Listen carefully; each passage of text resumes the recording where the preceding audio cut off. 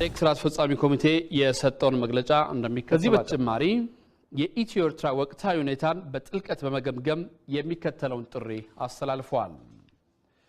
በኢትዮጵያና ኤርትራ መካከል ተፈጥሮ የቆየውን አለመግባባት እንዲያበቃና በሁለቱ ወንድማማች ህዝቦች መካከል ዘላቂ ሰላም እንዲፈጠር ከኢህአዴግ የቀረበ ጥሪ።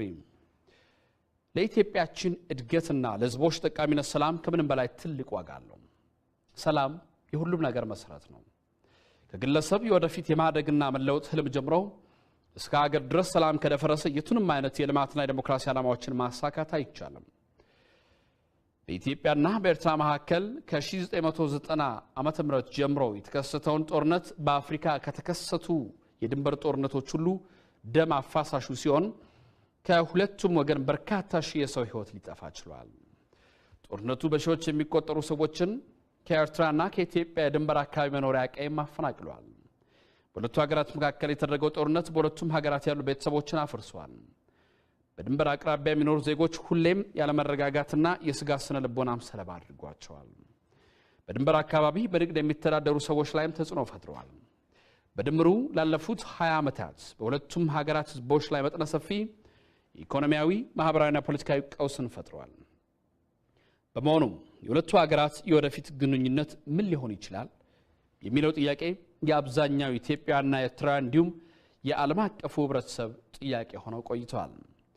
ከጦርነቱ በኋላ በአፍሪካ አንድነት ድርጅትና በተባበሩት መንግስታት አደራዳሪነት የአልጀርሱ ስምምነት ቢደረግም ላለፉት 20 ዓመታት በሁለቱ ወንድማማች ሀገሮች መካከል ጦርነትም ሆነ ሰላም የሌለበት ሁኔታ ተፈጥሯል። የሁለቱን ሀገራት ወዳጅነት ወደ ነበረበት ለመመለስ ላለፉት 20 ዓመታት የተደረጉ ሙከራዎች በሙሉ ውጤት አላመጡም። በዚህ ምክንያት በአሁኑ ጊዜ በሁለቱ ሀገራት መካከል የእውነት ሰላም ለማስፈን ከቀድሞው የተለየ አቋምና አካሄድ ያስፈልጋል። ሁለቱም መንግስታት ለህዝባቸው ምርጫና ፍላጎት ቦታ የማይሰጡ ሊሆኑ አይችሉም። እኔ በልጥ የሚል ፉክክር ለሁለቱም ህዝቦች የሚፈይደው ነገር አይኖርም። ከዚህም በተጨማሪ ለአፍሪካ ቀንድ ሀገሮችና አካባቢ የፖለቲካ ቀውስ መብረድና መረጋጋት ዘላቂው መፍትሄ የኢትዮጵያና የኤርትራ ጤናማ ግንኙነት መመስረት ነው።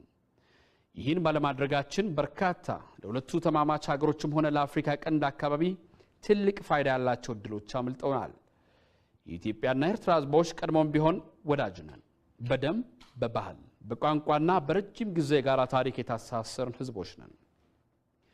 በመሆኑም በጥቅም ብቻ ሳይሆን በደም ለተሳሰሩት የሁለቱ ሀገር ህዝቦች የጋራ ጥቅም ሲባል የኢትዮጵያ መንግስት የአልጀርሱን ስምምነትና የድንበር ኮሚሽኑን ውሳኔ ሙሉ ለሙሉ ተቀብሎ ተግባራዊ ማድረግ የወሰነና ለተግባራዊነቱም ያለማመንታት በቁርጠኝነት የሚሰራ መሆኑን ለመግለጽ ይፈልጋል። ይህንኑ በጋራ ተጠቃሚነትና እኩልነት ላይ የተመሰረተውን የሀገራችን ፖሊሲ ማጠናከርን እንደምንቀጥል በዚሁ አጋጣሚ በድጋሜ ለማረጋገጥ እንወዳለን። የኤርትራ መንግስትም ተመሳሳይ አቋም በመውሰድ ያለምንም ቅድመ ሁኔታ የሰላም ጥሪያችን ተቀብሎ በሁለቱም ወንድማማች ህዝቦች መካከል ከዚህ በፊት የነበረውን አብሮነትና ሰላም ወደ ነበረበት ለመለስና በቀጣይም ዘላቂነቱን ለመጠበቅ ተግባራዊነቱን ያለማመንታት በቁርጠኝነት እንዲሰራ እንጠይቃለን።